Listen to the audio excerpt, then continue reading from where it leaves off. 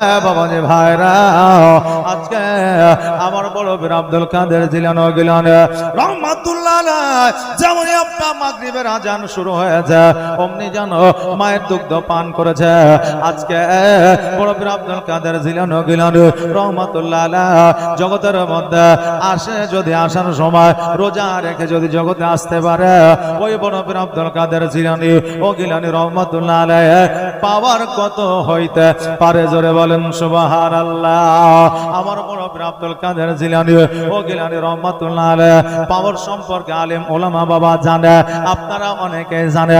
আমার আব্দুল কাদের জিলানী ও গিলানী রহমাতুল্লাহ আলাইহি যখন বাবা 5 বছর বয়স, তখন আপনার হযরতে মুসা সরে জঙ্গের সঙ্গ ধরেছে।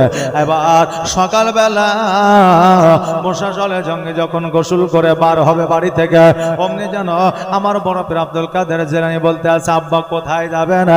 আমিও আপনার সঙ্গে যাব। আমাদের সন্তানেরা যেমন আমাদের সঙ্গ নেয়, আমরা যখন বাড়ি থেকে বের হয় বলে আব্বা কোথায় যাবেন, বলে একটু বাজারে যাব, আমিও যাব, বলে না পোতাপুতিন সঙ্গ নেয়, বলে আমিও যাব। হযরতে মুসা সলে জঙ্গে উনি যখন বার হয়েছে, ওনার সন্তান বড় পীর আব্দুল কাদের জিলানী ও গিলানী রহমাতুল্লাহ আলাইহি উনি বলতে আছে, আব্বা গো আপনি যেইখানে যান আমি আপনার সঙ্গে যাব। হযরতে মুসা সলে জঙ্গি বলতেছে, বেটা রে আমি যাব মসজিদে নামাজ পড়ানোর জন্য, মসজিদের রাস্তা অনেকটাই দূরে, অতএব আমি তোমাকে সঙ্গে করে নিয়ে যাব না।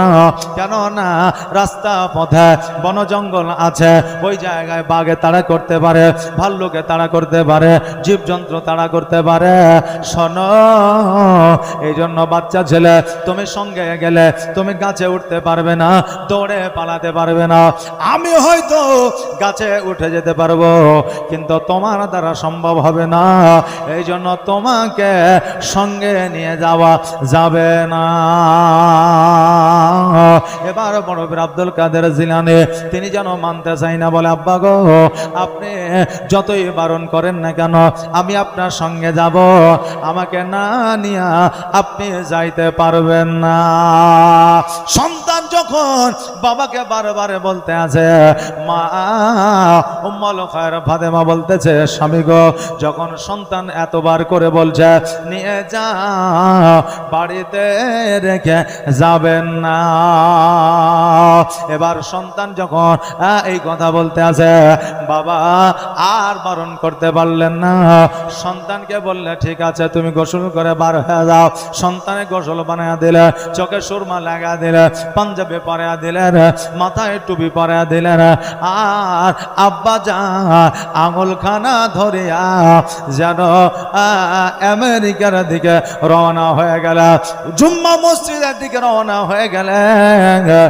আর বাবার সঙ্গে সঙ্গে যেন আব্দুল কাদের জিলানীও যেন রওনা হইলেন। আল্লাহুম্মা সাল্লি আলা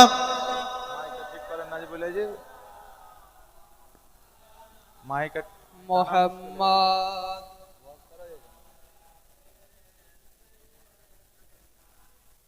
মাওলানা মুহাম্মদ সাল্লাল্লাহু আলা মুহাম্মাদিন সাল্লাল্লাহু আলা মুহাম্মদ খরদম সবাহ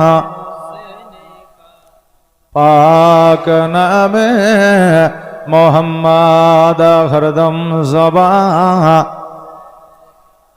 শফিয়ানা মুহাম্মদ সাল্লাল্লাহু তাআলা আলাইহি ওয়াসাল্লাম। বাবজি ভাইরা, আমার মায়েরা, হযরতে বড় পীর আব্দুল কাদের জিলানী রহমাতুল্লাহ আলাইহি উনি যেন বাবা আব্বা জানের সঙ্গ নিয়ে চলতে আরম্ভ করলে, চলতে চলতে কিছু দূর যাওয়ার পরে বন জঙ্গলের মধ্য দিয়ে যেন রাস্তা পার হইতাছে, এমন হঠাৎ করে বাঘের যেন আওয়াজ শোনা যায়।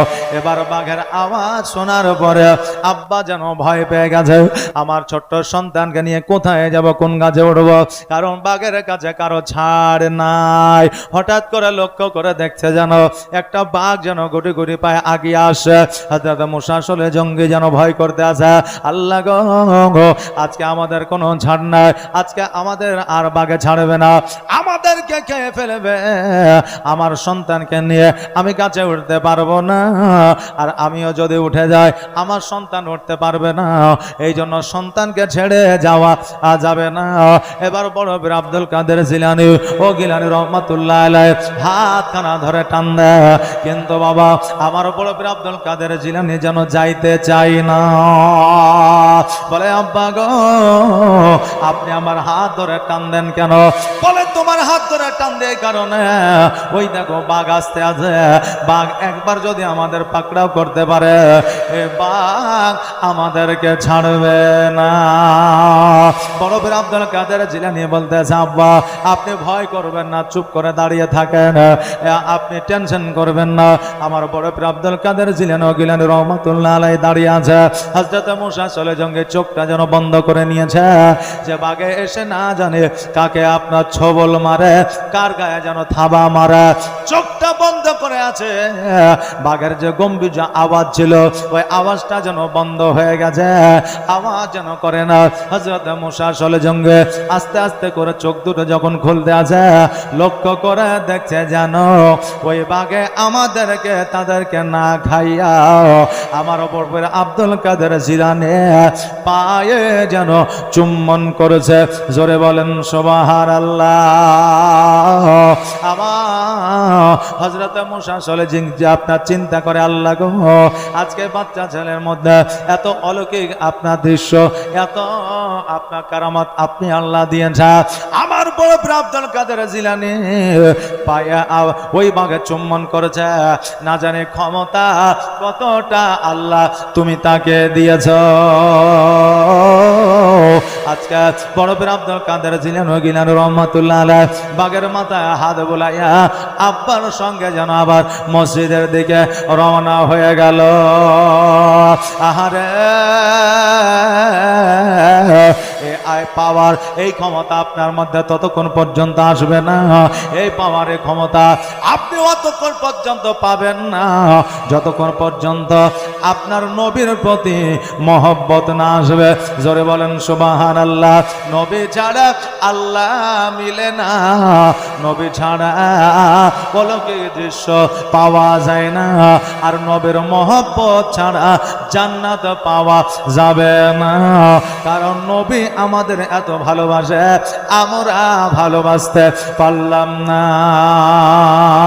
নবী গো তোমার মতো এত ভালো, তোমার মতো এত ভালো কেউ তো আমায় বাসে না, তাই তো নবী আমি তোমার দিওয়ানা, তাই তো রাসূল আমি তোমার দিওয়ানা।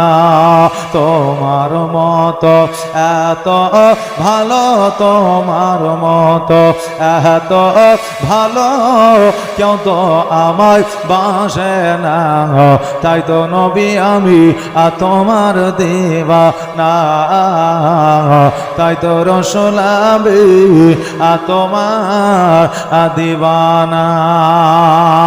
ও কি শুনেছে কিতাবের লেখা, নবী ছাড়াই আমার জীবন ফাঁকা গো। ও কি শুনেছে কিতাবের লেখা, নবী ছাড়াই আমার জীবন ফাঁকা গো। নবীজিকে ভালো না বাসিলে, নবীজিকে ভালো না বাসিলে আল্লাহ পাওয়া যাবে না, তাই তো নবী আমি তোমার দিওয়ানা। তোমার মতো এত ভালো, তোমার মতো এত ভালো কেউ তো আমায় বাসে না, তাই তো নবী আমি তোমার দিওয়ানা, তাই তো রাসূল আমি তোমার দিওয়ানা। বাবা দেবারা আমার বড় পীর আব্দুল কাদের জিলানী ও গিলানী রহমাতুল্লাহ আলাইহি আব্বার সঙ্গে মসজিদে গেল। মসজিদে যাওয়ার পরে আজান হইল, আজান হওয়ার পরে খুতবা হইল, খুতবার পরে নামাজ কমপ্লিট হয়ে গেল। আর নামাজ কমপ্লিট হয়ে যাওয়ার পরে এই দিকে আবার হযরত মুসা আসলে জঙ্গে বক্তব্য দিতে আরম্ভ করিল। এই বক্তব্য দেওয়ার পরে বক্তব্য সমাপ্ত করার পরে যখন দোয়া করবে এমন অবস্থায় মসজিদের মধ্যে একজন বান্দা উঠিয়া বলল, আপনারা কেউ কোথাও যাবেন না, এই জুম্মার নামাজের পরে আমাদের গ্রামে একজন মারা গেছে, তারা জানাজায় শামিল হইতে হবে। আমাদের আপনাদের জুম্মার দিনে জুম্মার মসজিদে নামাজের পরে দেখবেন এলান করে যে আজকে কেউ চলে যাবেন না, মিটিং আছে, আজকে কেউ চলে যাবেন অমুকের বাড়িতে দাওয়াত আছে, আজকে কেউ চলে যাবেন না অমুক জায়গাতে কেউ মারা গেছে জানাজায় যাইতে হবে, কেউ চলে যাবেন না কবর জিয়ারত করতে হবে।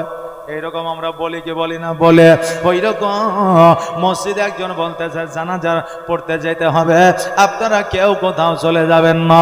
এইদিকে বাচ্চা ছেলে হযরত বড় পীর আব্দুল কাদের জিলানী ও গিলানী রহমাতুল্লাহ আলাইহি দোয়া কমপ্লিট করার পরে ওই মুর্দার বাড়িতে হাজির হয়েছে।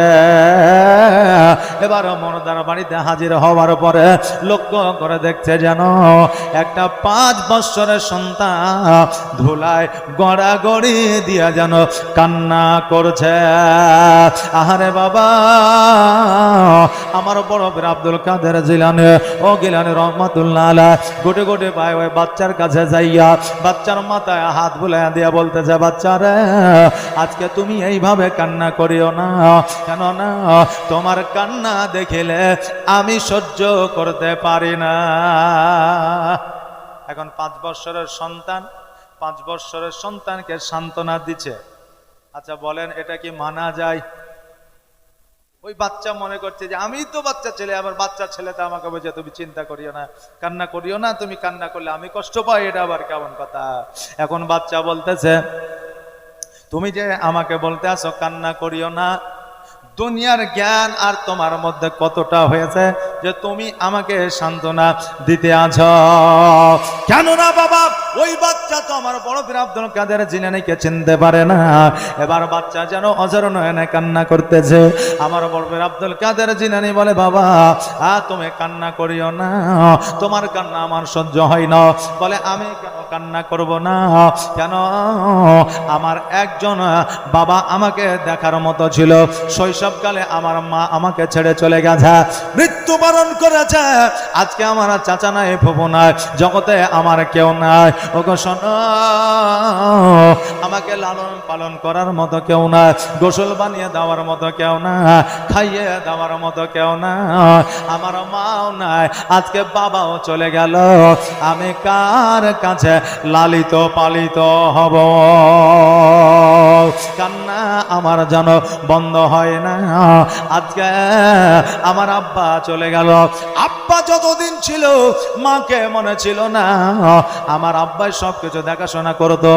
আজকে আমার আব্বা চলে গেল, আমার আব্বাকে তো মনে পড়ে, এখন আমার মাকেও অনেক মনে পড়ে।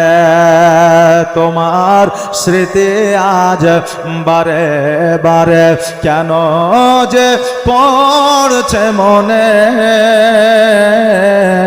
তোমার মায়াবী মুখটা মাগো ভাসছে শুধু আদনয়নে, ভাসছে শুধু আদনয়নে। মা ও মা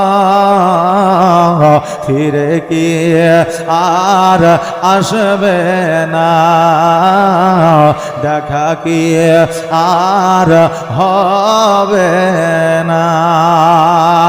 আদর সোহাগার ভালোবাসায় ভরিয়ে দিতে মাগো তুমি আমায়, আজ তুমি কোথায় হারিয়ে গেলে,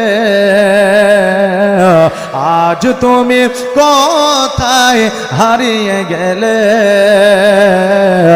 একবারও কি আমায় পড়ে না মনে,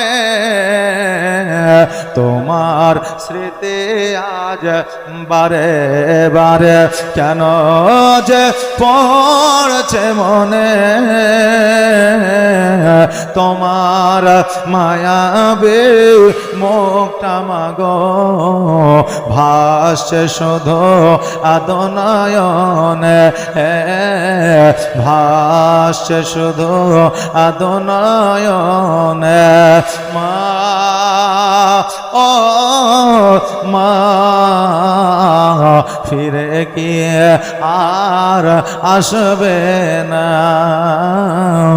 দেখা কি আর হবে না।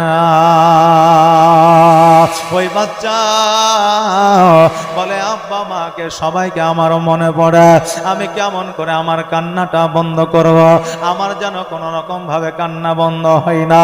আমার আব্দুল কাদের জিলানী বলতে আছে, বাবা রে আজকে তোমার মাকে তোমার আব্বাকে যদি আমি জিন্দা করে দিই তবে কি তুমি কান্না বন্ধ করবে? বাচ্চাটা চট করে কান্না বন্ধ করে দিয়েছে, বলে আমি কেন, পৃথিবীর যত সন্তান আছে বাবা যদি মারা যায় আর ওই বাবা যদি জিন্দা হয়ে যায়, পৃথিবীর এমন কোন সন্তান নাই যে সন্তান খুশি হবে না। জোরে বলেন সুবহানাল্লাহ।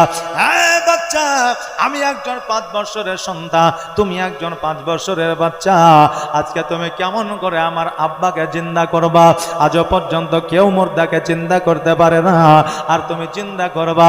আমার বড় পীর আব্দুল কাদের জিলানী বলতে যে শোনো, আমি যখন তোমাকে কথা দিয়েছে আমি তোমার আব্বাকে জিন্দা করে ছাড়বো। ওই আল্লাহর বান্দাকে গোসল দেওয়া হলো, কাফন পরায়া দেওয়া হলো, হাটলিতে করে নিয়ে চলে গেল জানাজার ময়দানে। এবার জানাজার ময়দানে যখন পৌঁছানো হলো, সবাই সারিবদ্ধ হয়ে দাঁড়িয়েছে, জানাজার নিয়াত করবে আর জানাজা পড়াইবে হযরত মুসা সলে জঙ্গে। হযরত মুসা সলে জঙ্গে যখন রেডি হয়ে যায় জানাজা পড়াইবে, এমত অবস্থায় আমার বড় পীর আব্দুল কাদের জিলানী বলতেছে, আব্বা গো আপনি জানাজা পড়াবেন না। কেন না, কেন না, আমি তার সন্তানকে কথা দিয়েছি তার আব্বাকে আমি জিন্দা করে দেব। ও আব্বা তুমি এই বান্দাকে জিন্দা করে দাও। হযরত মুসা সলে জঙ্গি বলতেছে, আরে বাবা শোনো, মুর্দা কখনো জিন্দা হয় না, মুর্দাকে জিন্দা যদি করতে পারে আমার আল্লাহ করতে পারবে, অতএব মুর্দা জিন্দা হবে না। তুমি এই কথা বলিও না বাবা, তুমি চুপ করে দাঁড়াইয়া থাকো। আমার বড় পীর আব্দুল কাদের জিলানী রহমাতুল্লাহ আলাইহি বলতেছে, আব্বা তুমি এই মুর্দাকে জিন্দা করে দাও।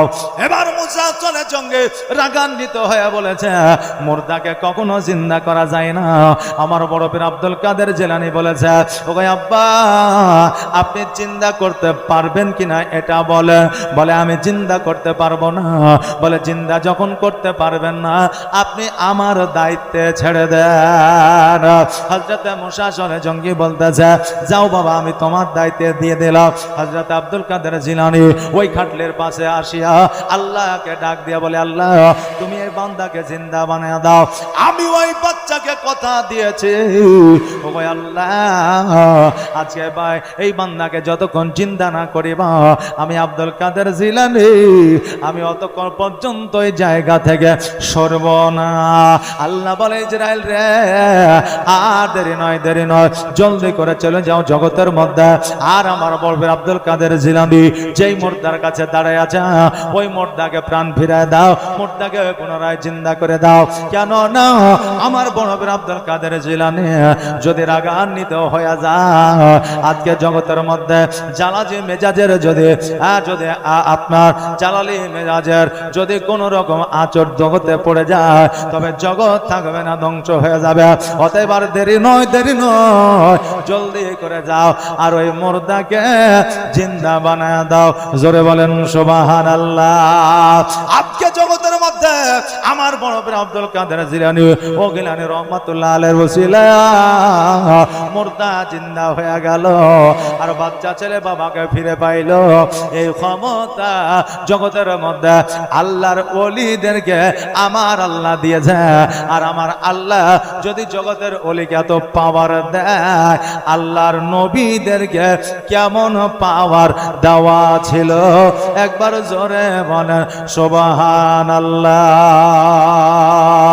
জীবনের জিনাদের ওজনেই আপনারা ওজু বানিয়ে বসুন। 9টার সময় আজান হবে। আজানের পরেই আমাদের জামাত 5-10 মিনিট পরে জামাত আরম্ভ হবে। তারপরে আমাদের প্রধান বক্তা হযরত মাওলানা মুহাম্মদ আহমদ রেজা সামদানি সাহেবকে নিয়ে আসব। জিনাদের ওজনেই আপনারা ওজু করে বসুন। একবার ধরে সে বলেন আল্লাহুম্মা সাল্লি আলা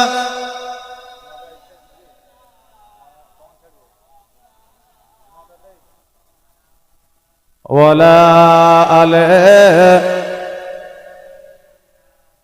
মাওলানা মুহাম্মদ সাল্লাল্লাহু আলা মুহাম্মাদিন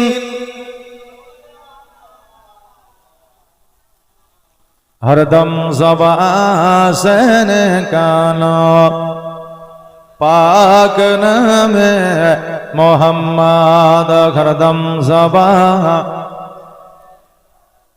शफियाना মোহাম্মদ সাল্লাল্লাহু তাআলা আলাইহি ওয়াসাল্লাম জীবনের অন্তিম কালে আজরাইল আসিয়া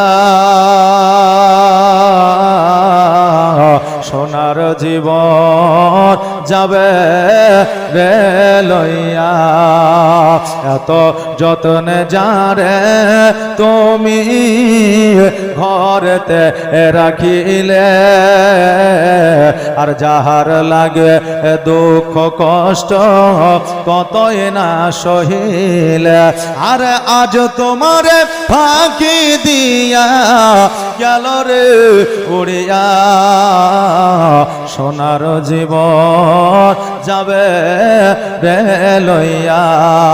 আল্লাহুম্মা সাল্লি আলা